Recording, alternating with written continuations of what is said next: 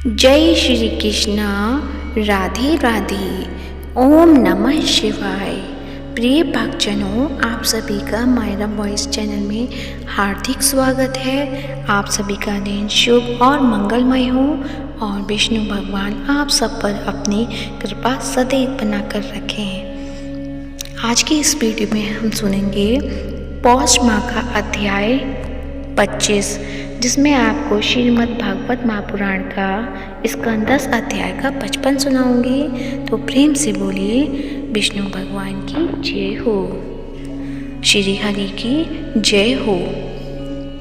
श्री सुखदेव जी कहते हैं, परीक्षित कामदेव भगवान वासुदेव के ही अंश हैं। वह पहले रुद्र भगवान की क्रोधाग्नि से भस्म हो गए थे। अब फिर शरीर प्राप्ति के लिए उन्होंने अपने अंशी भगवान वासुदेव का ही आश्रय लिया। वे ही काम अब की बार भगवान श्री कृष्ण के द्वारा रुक्मणी जी के गर्भ से उत्पन्न हुए और प्रद्युम्न नाम से जगत में प्रसिद्ध हुए। सौंदर्य, वीर और सुशील्य आदि सद्गुणों में भगवान श्री कृष्ण से वे किसी प्रकार कम न थे। बालक प्रद्युम्न अभी 10 दिन के भी न हुए थे कि काम रूपी शम्रासुर वेश बदलकर सूतिका गृह से उन्हें हल ले गया और समुद्र में फेंककर अपने घर लौट गया। उसे मालूम हो गया था कि यह मेरा भावी शत्रु है। समुद्र में बालक प्रद्युम्न को एक बड़ा भारी मछ निकल गया। तदंतर मछुओं ने अपने बहुत बड़े जाल में फंसाकर दूसरी मछलियों के साथ उस मछ को भी पकड़ लिया और उन्होंने उसे ले जाकर शम्रासुर को भेंट के रूप में दे दिया। शम्रासुर रसोइये उस अद्भुत मछ को उठाकर रसोई घर में ले आए और कुल्हाड़ियों से उसे काटने लगे। रसोइयों ने मत्स्य पेट में बालक देखकर उसे शम्रासुर की दासी मायावती को समर्पित किया। उसके मन में बड़ी शंका हुई। तब नारद जी ने आकर बालक का कामदेव होना, श्री कृष्ण की पत्नी रुक्मणी के गर्भ से जन्म लेना, मछ के पेट में जाना, सब कुछ कह सुनाया।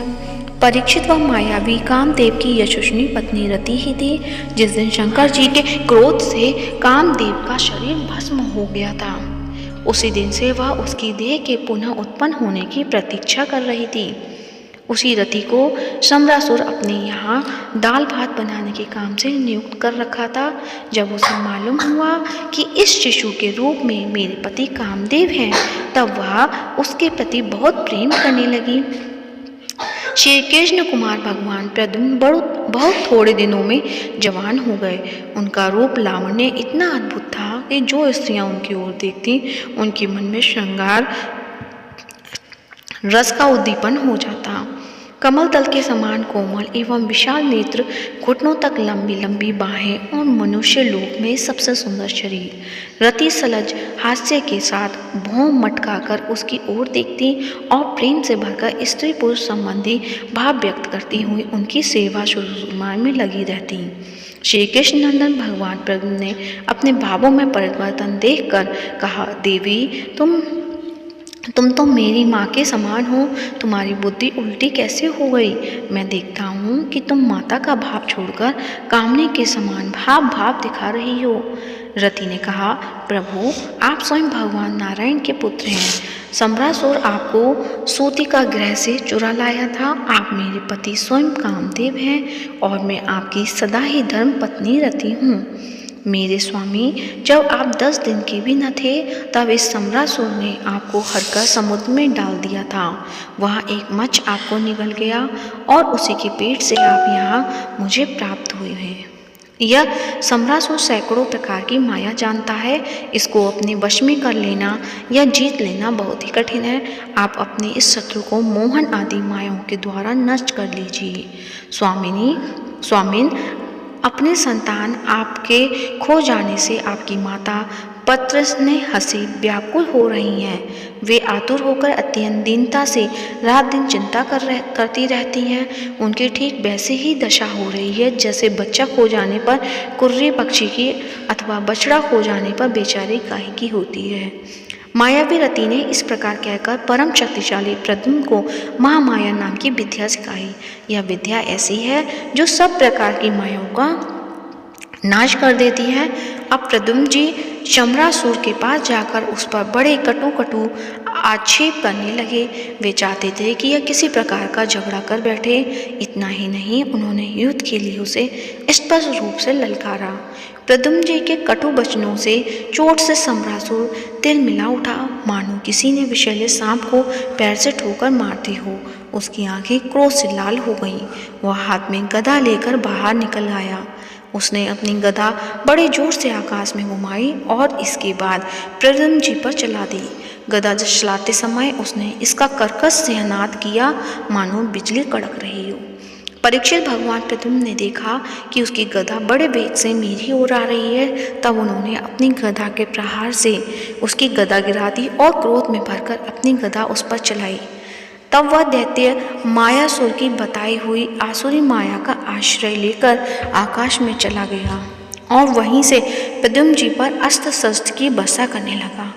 महारथी प्रद्युम्न जी पर बहुत सी अस्त्र वर्षा करके जब वह उन्हें पीड़ित करने लगा, तब उन्होंने समस्त मायाओं को शांत करने वाली स्वतमयी महाविद्या का प्रयोग किया।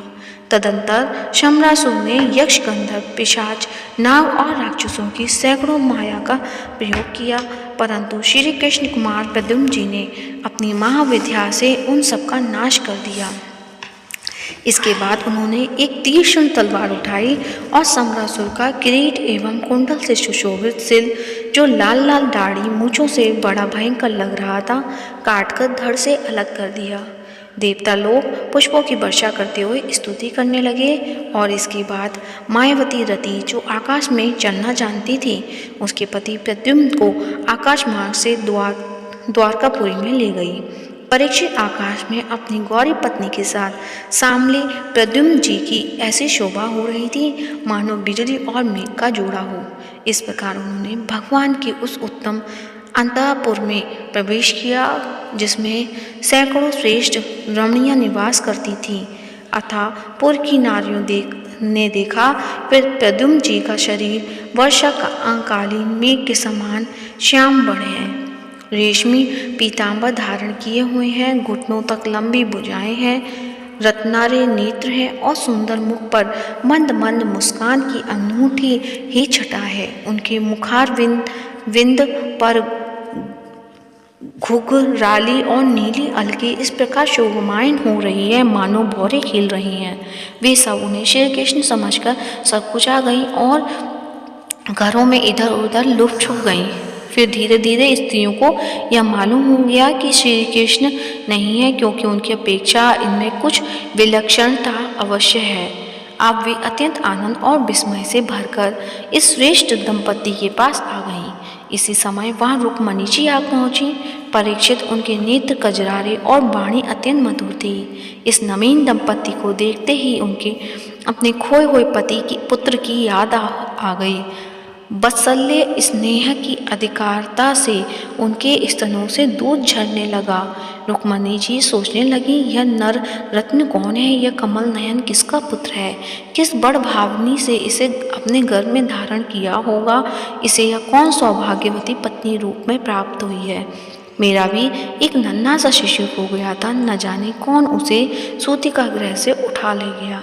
यदि वह कहीं जीता जागता होता तो उसकी अवस्था तथा रूप भी इसके ही समान हुआ होगा। मैं तो इस बात से हैरान हूँ कि इसे भगवान श्याम सुंदर की सी रूपरेखा, अंगों की गठन, चाल ढाल, मुस्कान, चितवन और बोलचाल कहाँ से प्राप्त हुई। हो ना हो यह वही बालक है जिसे मैंने अपने गर्भ से धारण किया था, क्योंकि स्वभाव से ही मेरा स्नेह इसके प्रति उमड़ रहा है और मेरी बाएं बाह भी फड़क रही है। जिस समय रुक्मणी जी इस प्रकार सोच विचार कर रही थीं, निश्चय उन्हें संदेह के झूले में झूल रही थी। उसी समय पवित्र कीर्ति भगवान श्री कृष्ण को अपनी माता पिता देवकी वसुदेव जी के साथ वहाँ पधारे। भगवान श्री कृष्ण सब कुछ जानते थे, परंतु वे कुछ न बोले, चुपचाप खड़े रहे। इतने में ही नारद जी वहाँ आ पहुँचे और उन्होंने प्रद्युम्न जी को शम्रासुर का हर ले जाना, समुद्र में फेंक देना और जितनी भी घटनाएं घटित हुई थी वे सब कह सुनाई। नारद जी के द्वारा यह महान आश्चर्यमयी घटना सुनकर भगवान श्री कृष्ण के अतःपुर की स्त्रियां चकित हो गईं और वह वर्षों तक खोए रहने के बाद लौटे हुए प्रद्युम्न जी का इस प्रकार अभिनंदन करने लगी, मानो कोई मरकर जी उठा हो। देवकी जी, वसुदेव जी, भगवान श्री कृष्ण, बलराम जी, रुक्मणी जी और स्त्रियां जब उस नव दंपति को हृदय से लगाकर बहुत ही आनंदित हुए। जब द्वारकावासी अपने नर नारियों को यह मालूम हुआ कि खोए हुए प्रद्युम्न जी लौट आए हैं, तब वे परस्पर कहने लगे, ओह कैसे सौभाग्य की बात है कि यह बालक मानो मरकर फिर लौट आया है। परीक्षित प्रद्युम्न जी का रूप रंग भगवान श्री कृष्ण से इतना मिलता जुलता था कि उन्हें देखकर उनकी माताएं भी उन्हें अपना पतिदेव श्री कृष्ण समझकर मधुर भाव से मग्न हो जाती थी और उनके सामने से हटकर एकांत में चली जाती थी। श्री निकेतन भगवान के प्रतिबिंब स्वरूप कामावतार भगवान प्रद्युम्न के देख जाने पर ऐसा होना कोई आश्चर्य की बात नहीं है। फिर उन्हें देखकर दूसरी स्त्रियों की विचित्र दशा हो जाती, इसमें तो कहना ही क्या है। तो प्रेम से बोलिए विष्णु भगवान की जय हो। अब सुनते हैं पौष माह में प्रतिदिन सुने जाने वाला आदित्य हृदय स्तोत्र।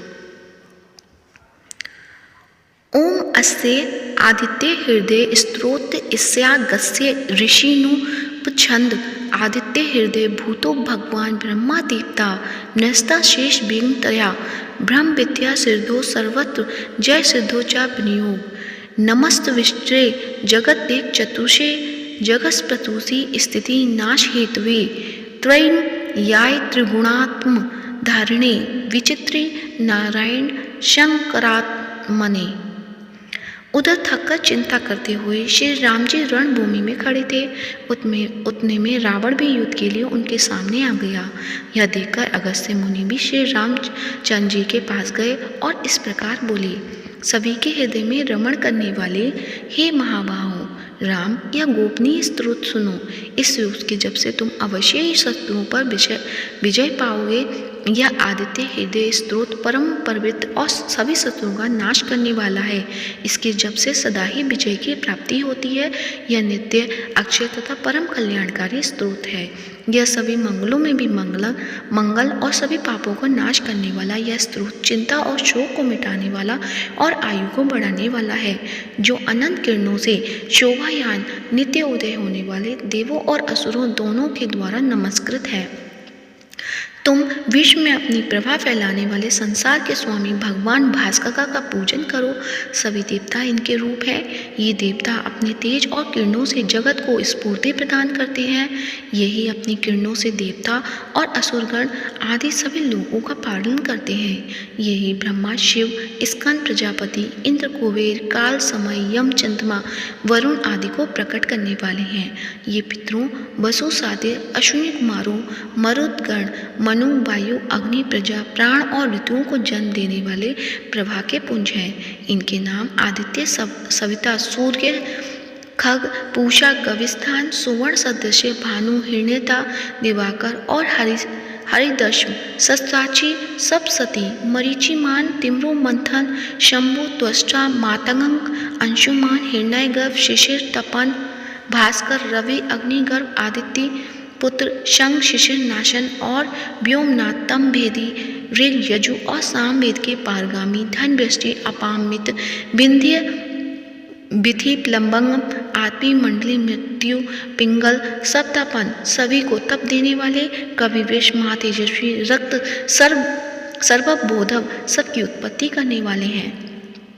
नक्षत्र, ग्रह और तारों के अधिपति, विश्व भावन, विश्व की रक्षा करने वाले, तेजस्वियों में भी तेजस्वी और द्वादशात्मा को नमस्कार है।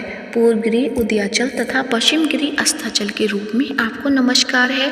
तारों और ग्रहों के स्वामी तथा दिन के अधिपति को नमस्कार है, जो जय के रूप हैं, विजय के रूप हैं। हरे रंग के घोड़ों से युक्त रथ वाले भगवान को नमस्कार है। सहस्त्रों किरणों के प्रभावान आदित्य भगवान को बारंबार नमस्कार है। उग्र, वीर तथा सारंग सूर्य देव को नमस्कार है। कमलों को विकसित करने वाले प्रचंड तेज वाले मातंग को नमस्कार है। आप ब्रह्मा, शिव और विष्णु के स्वामी हैं। सूर्य आपकी संज्ञा है। यह सूर्यमंडल आपका ही तेज है। आप प्रकाश से परिपूर्ण हैं। आपको स्वाहा करने वाले अग्नि स्वरूप हे रौद्र रूप आपको नमस्कार है। अज्ञान अंधकार के नाशक, शीत के निवारक तथा शत्रुओं के नाशक आपका रूप अप्रमेय है। कृतज्ञों को नाश करने वाले देव और सभी ज्योतियों के अधिपति को नमस्कार है। आपकी प्रभा तप्त स्वर्ण के समान है। आप ही हरि, अज्ञान को हरने वाले, विश्वकर्मा, संसार की रचना करने वाले, तम अंधेरा के नाशक, प्रकाश रूप और जगत के साक्षी आपको नमस्कार है। हे रघुनंदन, भगवान सूर्यदेव ही सभी भूतों का संहार, रचना और पालन करते हैं। यही देव अपनी रश्मि से तप यानी गर्मी और वर्षा करते हैं। यही देव सभी भूतों के अंतर स्थित होकर उनके सो जाने पर भी जागते रहते हैं। यही अग्निहोत्री कहलाते हैं और अग्निहोत्री पुरुषों को मिलने वाले फल हैं। यही वेद, यज्ञ और यज्ञ से मिलने वाले फल हैं। यह देव संपूर्ण लोगों की क्रिया का फल देने वाले हैं। राघव विपत्ति में, कष्ट में, कठिन मार्ग में और किसी भय के समय जो भी सूर्य देव का कीर्तन करता है उसे दुख नहीं सहना पड़ता। तुम एकाग्रचित होकर इन जगतपति देवाधिदेव का पूजन करो। इनका आदित्य हृदय स्तोत्र 3 बार जप करने से तुम अवश्य ही युद्ध में विजय पाओगे। हे महाबाहो, इसी क्षण तुम रावण का वध कर सकोगे। इस प्रकार मुनि अगस्त्य जिस प्रकार आए थे उसी प्रकार लौट गए। तब इस प्रकार अगस्त्य मुनि का उपदेश सुनकर महातेजस्वी राम जी का शोक दूर हो गया। प्रसन्न और प्रत्यक्षीण होकर, परम हर्षित सुचित होकर उन्होंने भगवान सूर्य की ओर देखते हुए 3 बार आदित्य हृदय स्तोत्र का 3 बार जप किया। तत्पश्चात राम जी ने धनुष उठाकर युद्ध के लिए आए हुए रावण को देखा और उत्साह से भरकर सभी यत्नों से रावण के निश्चय किया।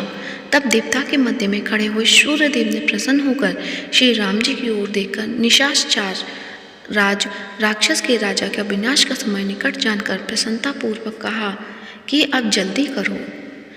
इत्यादि श्रीमद् रामायणे वाल्मीकि आदित्य काव्य युद्ध कांडे 25 सर्ग। वो सच्चे दरबार की जय हो, सूर्य भगवान की जय हो। अब सुनते हैं लप्सी और तपसी की कहानी। सभी कहानियों के बाद इस कहानी को अवश्य सुनना चाहिए। और यह भी कहा जाता है कि लप्सी का फल लप्सी को मिले। एक लप्सी था, एक तपसी था। तपसी हमेशा भगवान की तपस्या में लीन रहता था। लप्सी रोजाना 1.25 सेर की लापसी बनाकर भगवान का भोग लगाकर जीम लेता था। एक दिन दोनों लड़ने लगे। तपसी बोला, मैं रोज भगवान की तपस्या करता हूँ, इसलिए मैं बड़ा हूँ। लप्सी बोला, मैं रोज भगवान को 1.25 सेर लापसी का भोग लगाता हूँ, इसलिए मैं बड़ा हूँ। नारद जी वहाँ से गुजर रहे थे। दोनों को लड़ता देखकर उसने पूछा कि तुम क्यों लड़ रहे हो? तपसी ने खुद के बड़ा होने का कारण बताया और लप्सी ने अपना कारण बताया। नारद जी बोले, तुम्हारा फैसला मैं ही कर दूंगा। दूसरे दिन लप्सी और तपसी नहाकर अपनी रोज की भक्ति करने आए तो नारद जी ने छुपकर 1.25 करोड़ की एक अंगूठी उन दोनों के आगे रख दी। तपसी की नज़र जब अंगूठी पर पड़ी तो उसने चुपचाप अंगूठी उठाकर अपने नीचे दबा ली। लप्सी की नज़र अंगूठी पर पड़ी लेकिन उसने ध्यान नहीं दिया। भगवान को भोग लगाकर लापसी खाने लगा। नारद जी सामने आए तो दोनों ने पूछा कि कौन बड़ा? तो नारद जी ने तपसी से खड़ा होने को कहा। वो खड़ा हुआ तो उसके नीचे दबी अंगूठी दिखाई पड़ी। नारद जी ने तपसी से कहा, तपस्या करने के बाद भी तुम्हारी चोरी करने की आदत नहीं गई, इसलिए लप्सी बड़ा है और तुम्हें तुम्हारी तपस्या का कोई फल नहीं मिलेगा।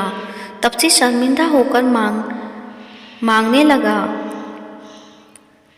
उसने नारद जी से पूछा कि मुझे कोई तपस्या का फल कैसे मिलेगा? नारद जी ने कहा, यदि कोई गाय और कुत्ते को रोटी नहीं बनाएगा तो फल तुझे मिलेगा। यदि कोई ब्राह्मण को भोजन करवाकर दक्षिणा नहीं देगा तो फल तुझे मिलेगा। यदि कोई साड़ी के साथ ब्लाउज नहीं देगा तो फल तुझे मिलेगा।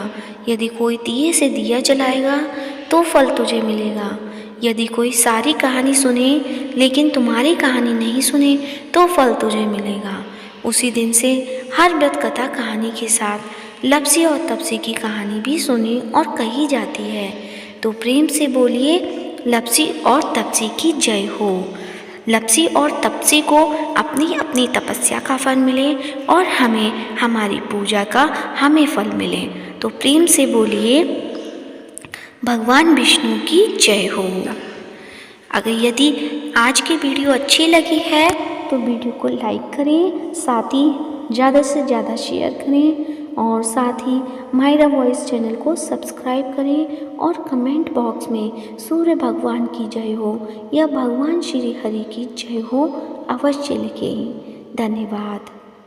आप सभी का दिन शुभ और मंगलमय हो।